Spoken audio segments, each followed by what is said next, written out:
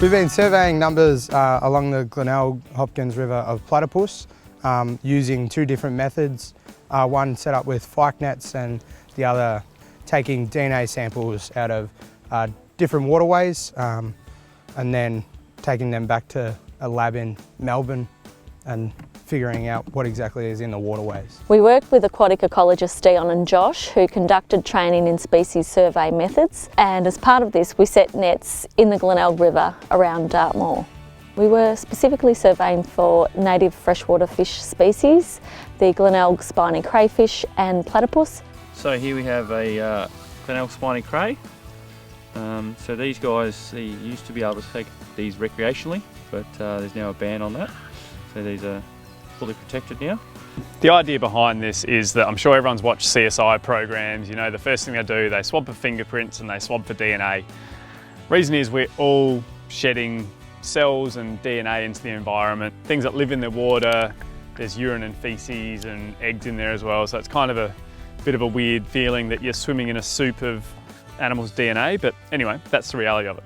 Our genetic technology is getting powerful enough that we can detect tiny amounts, tiny trace amounts now. So by taking a water sample here, filtering it and extracting the cells and DNA out of it, we can basically detect anything that's living in the waterway and even a lot of stuff that lives around the waterways. This training is going to be really valuable in terms of bringing back this knowledge into our community, not only the Indigenous community as Budgebim Rangers, but also the broader community that want to know a little bit more about what's going on in our waterways. I've only been in the workforce for 8 months and I'm already learning about fish surveys and platypuses and water sampling, and I didn't think that I would be doing it at the age of 17, so it's a good thing for me to take back to where I work, or just have the knowledge to tell other people and educate other people on platypuses and that.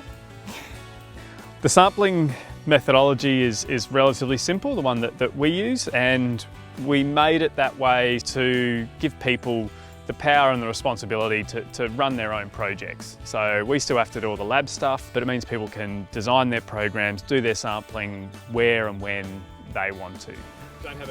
So our partnership with Glenelg Hopkins CMA seems to get better every time that we do a meetup, which I think is really important. Again, knowledge between local Indigenous mob and other companies is really cool to expand on and hopefully both benefit from.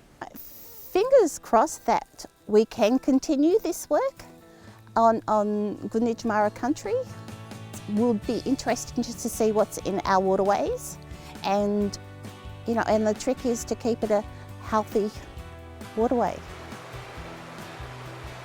The results of the platypus survey showed 9 positive results from 19 sites in the Glenelg between Durgam and the Lower Glenelg National Park.